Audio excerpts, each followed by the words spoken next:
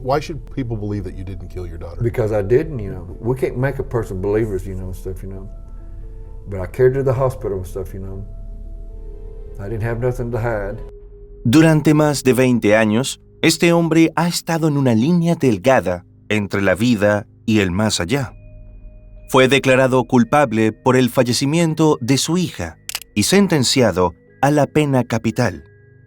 Sin embargo, a solo 2 horas de recibir la inyección letal, cuando todo parecía perdido, la historia dio un giro inesperado. Quédate hasta el final del video para descubrir la impactante verdad detrás de este intrigante caso, en el que hasta su propio verdugo clama inocencia. El caso de Robert Robertson. ¿Cuál es el límite de la maldad humana que lleva a los humanos a cometer los más atroces actos contra su propia especie?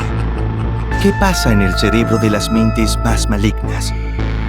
Todas estas interrogantes nos han quitado el sueño por años.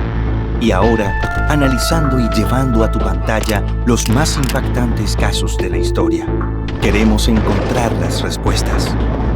En Detectives Criminales, 3 veces por semana, te haremos conocer las más perturbadoras historias para que tú mismo puedas contestar esas interrogantes. Mi nombre es Levi y te doy la bienvenida a un video más. Robert Robertson nació el 10 de noviembre de 1966 en Estados Unidos. Se conoce poco sobre sus primeros años, pero se sabe que asistió a una escuela de educación especial y que abandonó sus estudios al finalizar el 9º grado. Luego de dejar los estudios e iniciar con su vida laboral, el hombre se estableció en Palestina, una ciudad del estado de Texas, donde desempeñó diversos trabajos como cocinero, soldador y obrero. Sin embargo, también acumuló un extenso historial criminal. Según informes periodísticos, fue arrestado al menos 17 veces, todas por delitos no violentos. Evidentemente con tremendo historial, estuvo varias veces en la cárcel, donde cumplió 10 años de prisión por un robo en una habitación y 5 años por robo de cheque. En algún punto de su vida se casó con una mujer de nombre Della, con quien tuvo 2 hijos, pero las cosas no resultaron como esperaban y se divorció. Luego de su divorcio, a principios de 1999, tuvo relaciones sexuales con una mujer de nombre Gwendolyn, una trabajadora sexual sin hogar y adicta a las drogas. De ese encuentro sexual, Gwendolyn quedó embarazada y el 20 de octubre de 1999 dio a luz a una niña a la que llamó Nikki Curtis. Sin embargo, debido a su situación personal, se le negó la custodia en el hospital, por lo que la pequeña quedó bajo el cuidado de sus abuelos maternos, Larry y Verna Bowman. Después del nacimiento de Gwendolyn, Robert se sometió a una prueba de paternidad y en noviembre de 2001, los abuelos le cedieron la custodia de la niña.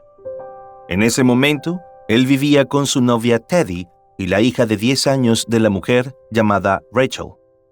De acuerdo con la línea del tiempo, apenas 2 meses después de estar bajo los cuidados de su padre, Nikki presentó durante al menos 5 días varios síntomas que alertaron a la familia. Había estado tosiendo, vomitando y experimentando diarrea. Por ello, el 28 de enero de 2022, la llevaron a un hospital donde un especialista le recetó un antihistamínico. Sin embargo, más tarde esa noche, presentó una temperatura corporal superior a los 39 grados. En respuesta, Robert la llevó al pediatra a la mañana siguiente, donde le diagnosticaron una infección viral. La enviaron a casa con un tratamiento para la tos. En esos mismos días, Teddy se sometió a una operación y los abuelos de Nikki acordaron quedarse con ella durante 2 noches. Resultó que la niña permaneció solo un día porque Verna no se sentía bien de salud. El 30 de enero, Robert recogió a su hija y la llevó de regreso a casa. Al llegar, la acostó en un colchón que estaba colocado sobre bloques de cemento a una distancia de 60 centímetros del piso. Horas más tarde, escuchó llorar a Nikki y fue a revisarla. Para su sorpresa, la encontró tirada en el suelo, con un poco de sangre en la boca. Suponiendo que se trataba de una caída, la limpió, la consoló y la acostó nuevamente en la cama. Robert no volvió a saber de su hija hasta la mañana siguiente. Cuando despertó, Nikki ya no respondía. Estaba sin respirar y tenía los labios azules. Él la sacudió y trató de reanimarla, pero la pequeña no respondió. En ese momento, Teddy lo llamó porque le habían dado de alta y estaba lista para ser recogida. Él le explicó que de todos modos tenía que hacer un viaje al hospital porque Nikki no respiraba. Ella le pidió que llevara a la niña de inmediato y se reunió con ellos a su llegada al hospital. Robert llegó con la niña en brazos, totalmente desvanecida, con el rostro azulado por la asfixia y un hematoma en el lado izquierdo de la mandíbula. Los médicos le realizaron RCP, la intubaron y reiniciaron su corazón con soporte vital. Pero Nikki prácticamente tenía una ausencia irreversible de la respuesta cerebral. En ese momento, los médicos creían que ese tipo de daño cerebral solo podía ser causado por una caída desde varios pisos, un accidente de auto o el síndrome del bebé sacudido. Cuando la policía le preguntó a Robert qué había sucedido, relató los hechos desde la noche anterior, pero no mostró ninguna emoción. Su hija estaba al borde de la muerte y parecía no importarle lo que el personal médico le decía. A Robert se le prohibió visitar a su hija mientras agonizaba en el hospital. Aún aferrada a un hilo de vida, Nikki fue trasladada al hospital infantil, donde solo logró mantenerse viva unas pocas horas. Al día siguiente, los médicos declararon su fallecimiento. La niña había perdido la vida de manera inexplicable. Así las cosas, el sábado 2 de febrero, el médico forense que realizó la autopsia informó que Nikki tenía un traumatismo cerebral e inflamación. Concluyó que su deceso fue provocado. Los médicos dijeron que la niña había sufrido traumas compatibles con el síndrome de bebé sacudido, una lesión cerebral grave provocada por agitar a un niño con tanta fuerza que el suministro de oxígeno al cerebro resultaba comprometido.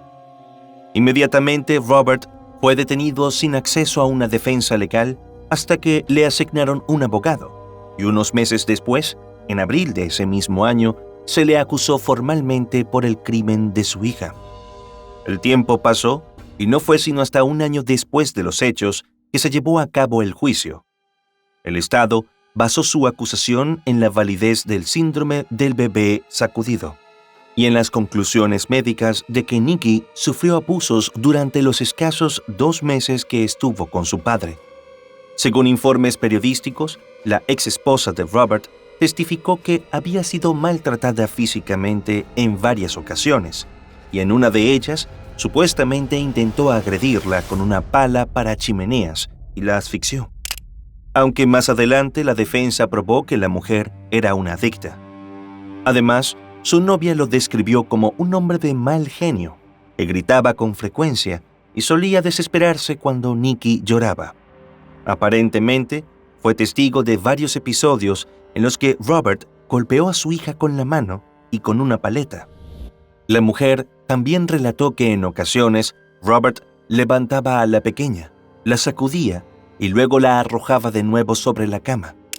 Recordó haber presenciado sacudidas y azotes en al menos 10 ocasiones. En tanto, los abuelos de Nikki testificaron que cuando Robert la recogió, ella ya estaba bien de salud. Ante el juez, los médicos y las enfermeras del hospital corroboraron sus sospechas de malos tratos basándose en los moretones y las lesiones que presentaba la niña en su cabeza. En ese momento, la medicina identificaba 3 síntomas reveladores que podían indicar una causa violenta en el fallecimiento de un bebé menor de 2 años: sangrado bajo la boca, hinchazón del cerebro y hemorragias retinianas. Nikki presentó todos estos síntomas. Además, la autopsia no reveló fracturas de cráneo ni lesiones en el cuello, con lo cual se descartó la idea de que Nikki falleció como consecuencia de la caída desde la cama. Argumentaron que un golpe en la cabeza desde una distancia tan corta no podía dañar gravemente a un niño. También se presentaron varios testigos, pero el testimonio más impactante fue el de Brian Wharton, el detective principal de la investigación, quien relató cómo Robert había reaccionado con sorprendente frialdad y desapego ante la agonía de su propia hija. La escena era desgarradora y la ausencia de emoción en el padre contrastaba brutalmente con el sufrimiento de la pequeña. Robert was in the emergency room with his child. He presented as in not a typical fashion, not what you would expect from someone whose child was in such dire straits. He was pretty plain spoken, no emotion, matter of fact in his answers. De hecho, se conoció que el día de los hechos, Robert no mostró sentido de urgencia para llevarla al hospital, pues no fue sino hasta que su novia lo llamó para decirle que la habían dado de alta, cuando él decidió que iría al centro médico con la nena. Tampoco llegó directo al área de emergencia del hospital. Por el contrario, estacionó su vehículo y entró. De acuerdo con el testimonio del detective, Robert era un criminal sin emociones con un historial de comportamiento dañino, quien además había violado los términos de su libertad condicional. Al momento en que Nikki perdió la vida, su padre estaba en el proceso de reinserción social, el cual había obtenido desde el año 2000. Mientras tanto, el abogado defensor se concentró en crear una duda razonable sobre las intenciones de Robert al momento de los hechos. Y aunque Robert era el único presente en la casa cuando la pequeña sufrió las heridas que le costaron la vida, su relato sobre la caída resultó tan increíble que sus abogados decidieron no presentarlo durante el juicio. De hecho, según algunas fuentes, ni siquiera pusieron en duda la afirmación de que la niña había fallecido a causa de los sacudones propinados por él. Durante todo el proceso, Robert mantuvo que era inocente. Sin embargo, el 21 de febrero de 2003, el jurado lo encontró culpable del cargo de homicidio y fue condenado a la pena capital. Desde ese momento, el hombre se convirtió en el único prisionero que sería condenado de esa forma en el estado de Texas por un caso de bebé sacudido. En ese sentido, cabe destacar que Texas tiene el mayor récord de ejecuciones en Estados Unidos.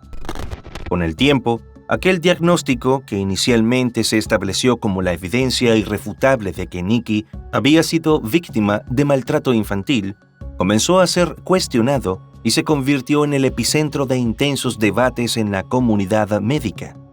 La tensión aumentó a medida que se enfrentaban opiniones encontradas, dejando a muchos en vilo sobre la verdad detrás de su trágico fallecimiento.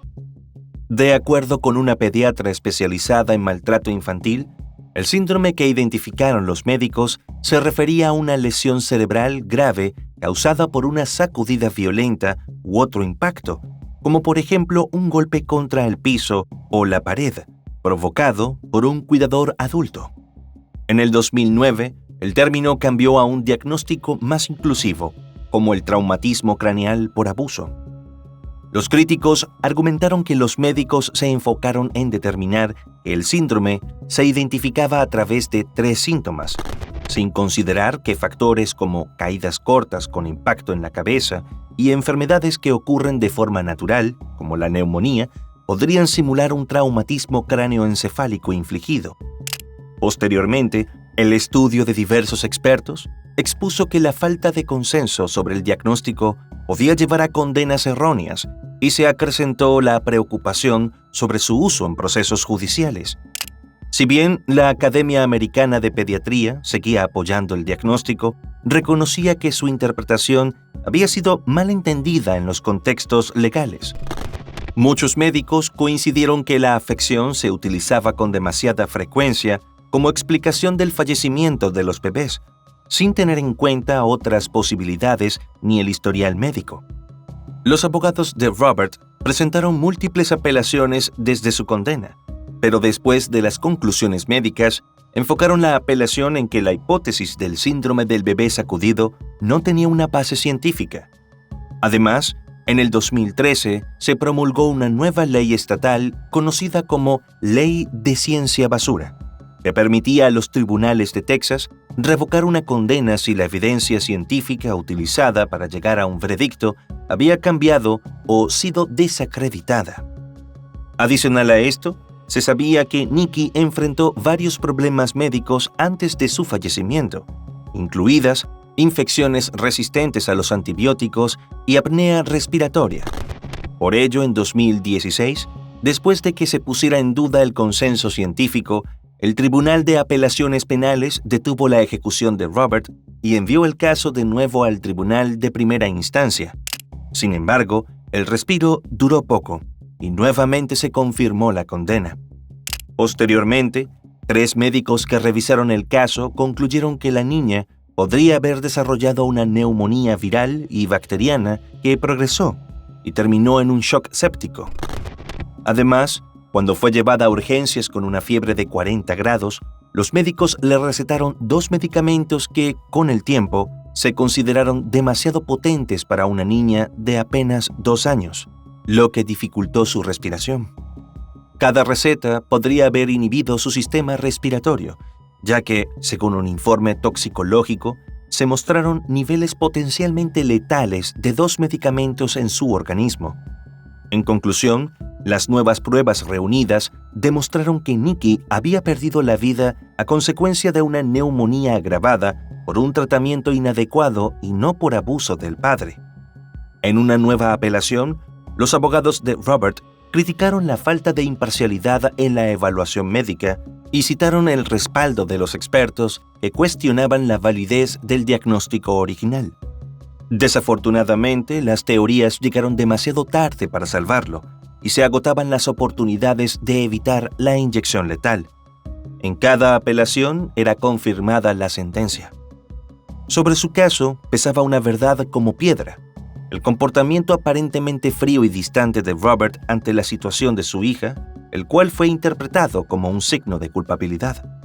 Sin embargo, en el año 2018, cuando ya acumulaba 15 años en prisión, el hombre fue diagnosticado con trastorno del espectro autista y tenía también un bajo coeficiente intelectual. Robert nunca pudo explicar con claridad a las autoridades lo que había pasado con Nikki. Why do you think you were convicted?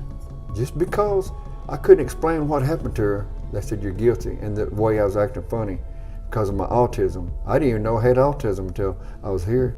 Según los abogados, su comportamiento distante era característico de personas con cierto grado de autismo, quienes pueden presentar déficits en el procesamiento social y emocional. Por lo tanto, argumentaron que esta respuesta atípica ante la situación de su hija, junto con la falta de comprensión sobre su condición, contribuyó a errores en la investigación médica y judicial.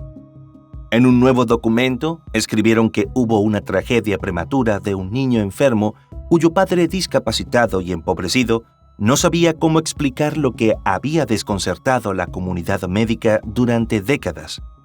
En algún punto, luego de 20 años y todos los descubrimientos científicos, uno de los abogados de Robert se presentó en la puerta de Brian, el detective principal de la investigación, quien había sido clave en su condena al testificar en el juicio. Para entonces, Brian había abandonado el trabajo policial y encontrado su misión en la labor pastoral. Según sus palabras, en todo ese tiempo, nunca se le había quitado de la cabeza el caso de Robert, el cual era una carga en su corazón. Después de 20 años, lo visitó en la cárcel y le confesó su profundo remordimiento por haber contribuido a su condena. Le dijo que ese error sería una carga que llevaría consigo por el resto de su vida. Let me just say, I am so sorry that you're here, and so sorry that you're still here. Yes, sir. It's our failure. Yes, sir. It truly is. But he's never been far from my mind, because I helped put him here, and he didn't deserve it. Brian recibió el perdón de Robert y desde aquel día se ha convertido en un ferviente defensor de los esfuerzos para suspender la ejecución, impulsado por el peso de su culpa y la esperanza de redención. I think if it would have been properly investigated more, we wouldn't be here sitting here now, probably, you know.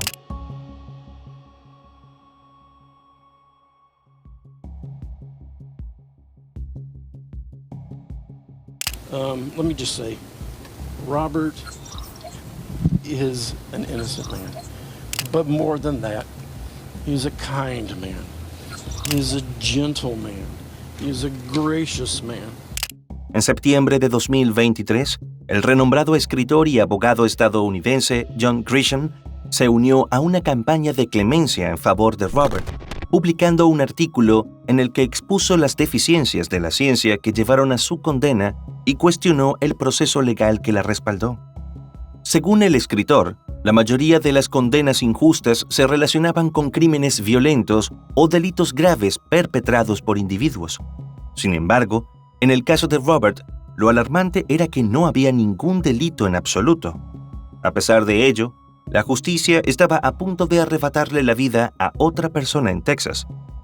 Posteriormente, la intervención de John fue parte de un esfuerzo más amplio al que se sumaron más de 80 legisladores estatales, incluidos demócratas y republicanos, quienes pidieron formalmente al gobernador Greg Abbott y a la Junta de Indultos y Libertad Condicional de Texas que retrasaran o detuvieran el proceso de su condena. Para el grupo de representantes del legislativo, no deberían ejecutar a alguien cuando había tantas dudas sobre si se cometió o no un delito. Apoyaron la petición de clemencia y solicitaron a la Corte Suprema del Estado que considerara el caso. De acuerdo con los registros judiciales, en los últimos años, varios tribunales de todo el país habían anulado condenas o retirado cargos que tenían como centro el síndrome del niño sacudido, entre ellos los estados de California, Massachusetts, Michigan y Ohio. Esa petición recibió el respaldo de 34 científicos y médicos, un grupo bipartidista de legisladores de Texas, 70 abogados especializados en la defensa de personas acusadas injustamente de abuso infantil, así como decenas de organizaciones que apoyan a pacientes con autismo y defensores de los derechos de los padres. La solicitud destacó 3 errores que, según la defensa, demostrarían la inocencia de Robert. El primero fue la conclusión de los médicos que atendieron a Nikki, quienes no consideraron que su historial médico presentaba síntomas de una doble neumonía no diagnosticada. El segundo error radicó en que las autoridades aceptaron las suposiciones de los médicos, afirmando que su condición era consecuencia de abuso, sin llevar a cabo una investigación más profunda. Por último, tanto el personal médico como los policías malinterpretaron la reacción del padre, interpretando su comportamiento como una falta de emoción ante la difícil situación de su hija, lo cual estaba muy lejos de la realidad. And I'm here today because, like Robert Roberson, I know what it means to be accused and convicted of a crime that never occurred. I know what it means to confront false allegations. Pero a pesar de todos los esfuerzos, los fiscales persistieron en su argumento de que las pruebas seguían siendo claras y convincentes. Varios tribunales de apelación también rechazaron la solicitud de Robert para un nuevo juicio. De hecho, la misma fiscalía que lo procesó afirmó en documentos judiciales que, en una audiencia previa para considerar las nuevas evidencias, un juez desestimó las teorías que atribuían el deceso de Nikki a la neumonía y otras enfermedades. Además, los simpatizantes de Robert estaban atentos a alguna reacción del gobernador, quien tenía la autoridad para posponer la ejecución por 30 días. Sin embargo, el mandatario local simplemente guardó silencio. Nunca se pronunció en público sobre el caso, a pesar de que una jueza del Tribunal Supremo le instó a interceder. Robert ya tenía fijada la fecha para la inyección letal. Su ejecución estaba programada para las 6 de la mañana del 17 de octubre de 2024. A medida que se acercaba la fecha, se reavivó el debate sobre el síndrome del niño sacudido. En un último intento, los legisladores de Texas actuaron con mayor celeridad, y celebraron una reunión en la que votaron por unanimidad ejercer una acción con la cual esperaban pulsar el botón de pausa.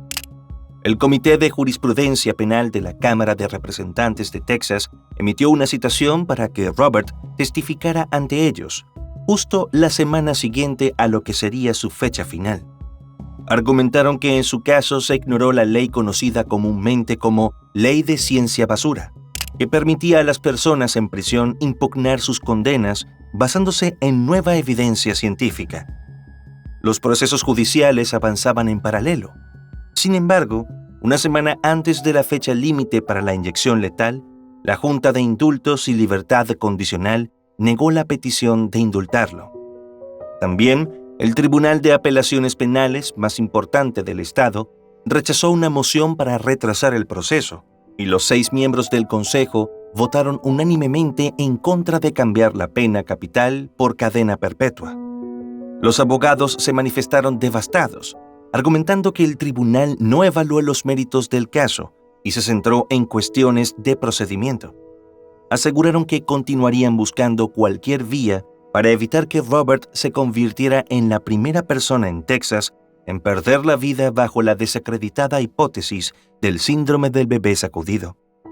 Después de 21 largos años en el temido corredor de la muerte y a solo 2 horas de perder la vida, una decisión llegó como un rayo de esperanza. El juez Evan Young, de la Corte Suprema de Texas, finalmente respondió al clamor de los legisladores, suspendiendo temporalmente la ejecución.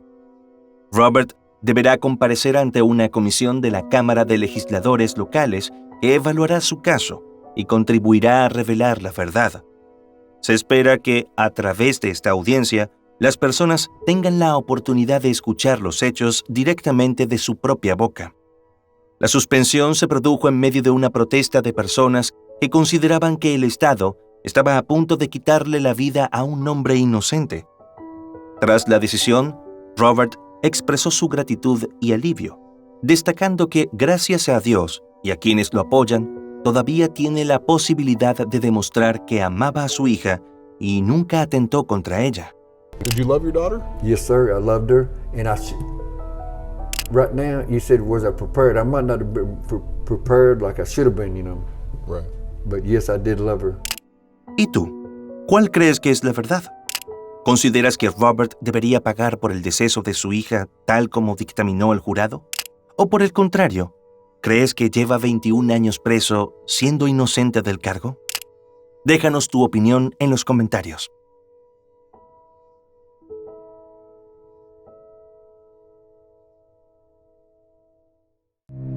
Y bueno, hasta aquí un caso más. No te olvides antes de irte de dejar tu me gusta y suscribirte si este contenido te ha parecido interesante. Hasta otro episodio más de Detectives Criminales.